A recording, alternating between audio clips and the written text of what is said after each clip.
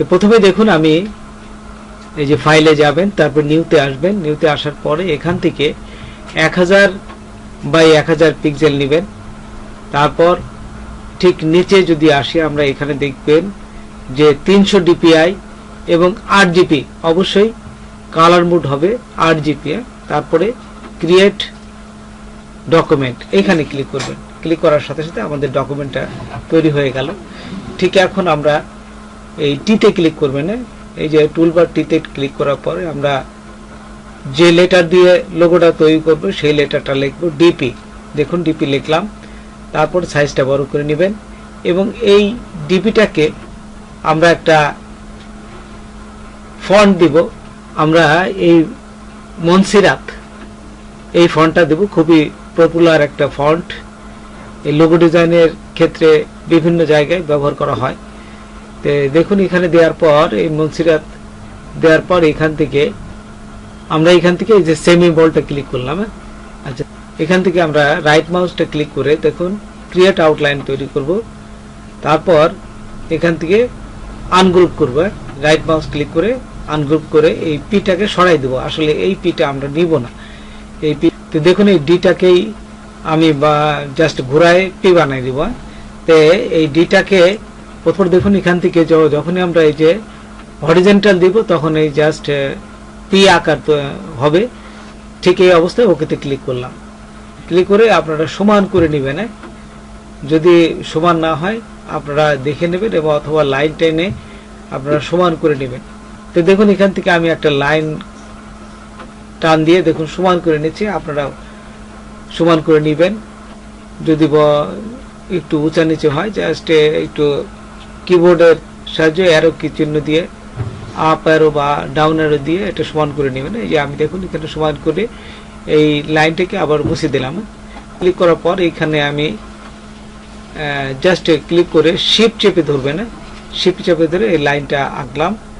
ঠিক এই অবস্থায় দেখুন সমান, কিন্তু শিফট চেপে ধরবেন, শিফট ছাড়া যাবে না। তারপর একদম এই পির উপরে রেখে পির উপরে রাখার সাথে সাথে দেখুন একটা আমরা সোজা একটা পয়েন্ট পাবো। ঠিক এই অবস্থায় শিফট চেপে ধরে আপনারা সোজা টান দিবেন। সোজা শিফট চেপে ধরবেন, তারপরে সমানভাবে এই ধরনের হবে। তো দেখুন এটি হওয়ার পরে আপনারা অল্ট চেপে ধরবেন। অল্ট চেপে ধরে এই ডান পাশের অংশটা কেটে দেব। তারপর জাস্ট এই যে নিচের পির নিচের অংশে আমি এখানে জাস্ট ক্লিক করার পর শিফট এবং অল্ট চেপে ধরবেন। অল্ট চেপে ধরে বাম পাশে টান দিবেন, তাহলে সমানভাবে চলে আসবে। ঠিক এই অবস্থায় আমি দেখুন এই ডিতে আসব। এখন ডির শেষ মাথায় আসে সমান যে অংশটা পাবো, ঠিক এই অবস্থায় শিফট চেপে ধরবো। শিফট এবং অল্ট চেপে ধরে এই যে এইখানে দেখুন সমান। এখন দেখুন ডির এই নিচের অংশে আমি শিফট চেপে ধরে যখন টানবো দেখুন এখানে একটা সমান অংশ চলে আসবে। ঠিক এই অবস্থায় এখান থেকে অল্ট চেপে ধরে এই বাকি অংশটা মুছে দেবেন। আচ্ছা, মুছে দেওয়ার পরে জাস্ট তারপরে উপরে অংশে দেখুন ডির যে উপরে অংশে এখানে জাস্ট ক্লিক করে আমি সমান মাপটা করে নিলাম। তো দেখুন এখানে এই যে ডিরেক্ট সিলেকশনটা ক্লিক করবেন। তারপর শিফট চেপে ধরেই কিন্তু এটাকে আমি দেখুন ছোট বড় করব এবং সমান মাপে কিন্তু চলে আসবে। এখানে দেখুন এই যে আমি যখনই শিফট চেপে ধরে টান দিচ্ছি তখন এই যে গোলের এই পাশে ঠিক এই ধরনের হবে অবস্থায়। এখন শিফট চেপে ধরে যদি আবার টানি এই ঠিক সমান মাপে যেন মিশে যায়। দেখুন আমি যেভাবে দিচ্ছি ঠিক আপনারা সেইভাবেই মিশাই দিবেন। ঠিক ধরুন মিশাই দিবেন। আচ্ছা, মিশে দেওয়ার পর যখন দেখুন যে এই যে গোল মিশে গেছে এবং ঠিক এই অবস্থায় একটা কালার দিবেন। এই অবস্থায় আমি একটা কালার দিলাম। এই যে কালার দেওয়ার সাথে সাথে দেখুন কালার হয়ে গেছে। সিলেক্ট থাকা অবস্থায় অবজেক্ট, তারপর নিচে চলে যাব আমরা। দেখুন পাথ এবং অফসেট পাথ, এইখানে ক্লিক করবে। ক্লিক করার সাথে সাথে দেখুন আমরা 5 দিব, 5 পিক্সেল। তারপর ওকেতে ক্লিক করার সাথে সাথেই এখানে একটা কালার হয়ে যাবে। ঠিক এই অবস্থায় আমরা এই যে দেখুন ব্যাকগ্রাউন্ডে আমরা ফিল এবং স্টক আমরা স্টকে এটা কনভার্ট করলাম। তারপরে এখন দেখুন এই পেন টুলের আমরা অ্যাড পেন টুল যেটা, এটি দিয়ে এখানে অ্যাড করলাম কিছু অংশ। এই যে এখানে দেখুন এই কালো অংশের সাথে যেন না মেশে সেই জন্য একটু সরাই নিব, এবং আবার পেন টুল নিয়ে এই যে ডিলেট যেটা, ডিলেট কি চাপ, ডিলেট পেন টুল চাপ দিয়ে এখান থেকে এই যে কমায় নেব। এই যে কালো অংশ না হয়ে জাস্ট লাল অংশটুকু এই অংশে চলে আসবে। আচ্ছা, আমাদের এই পাশেও ঠিক একই অবস্থা।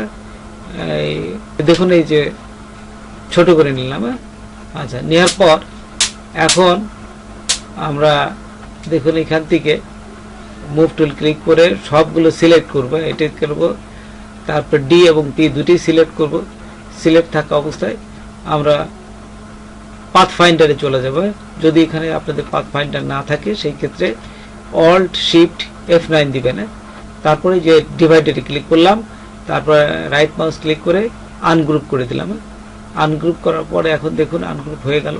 এখন এই যে দেখুন এই ফাঁকে ফাঁকে যেটি হয়েছে সবগুলো আনগ্রুপ হয়ে আছে। আমি এইগুলোকে মুছে দিলেই দেখুন এই আকৃতি ধারণ করবে, সবগুলো মুছে দেবে না।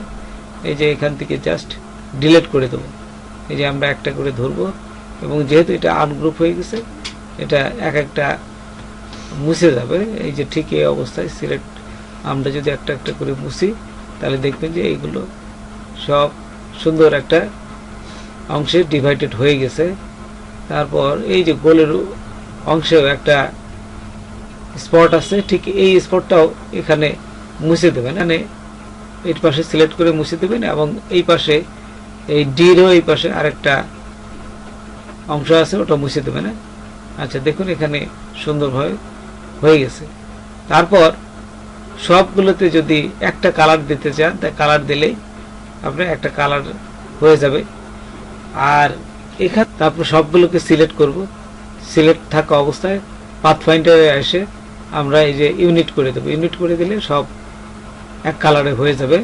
তারপরে দেখুন কোনো অংশটা যদি বড় থাকে, ছোট বড় থাকে, দেখা গেল পি এবং ডির মাথা যদি ছোট বড় থাকে সেই ক্ষেত্রে কি করবেন, একটু বড় করে সমান ভাবে কাটা যায় কিভাবে সেটা আমি আপনাদের দেখাচ্ছি। এটা প্রথমে আনগ্রুপ করে নিয়ে দেখুন এই যে এইখানে ডাইরেক্ট সিলেকশন টুল দিয়ে আমি দুই পাশে শিফট চাপে ধরে ডাইরেক্ট সিলেকশন থাকা অবস্থায় ক্লিক করলাম। তারপরে এই কিবোর্ডের সাহায্যে ডাউন অ্যারো দিলে এটা বড় হবে। তারপর রেক্টেঙ্গুলার দিয়ে আমি এগুলো সমান মাপে সিলেক্ট করলাম।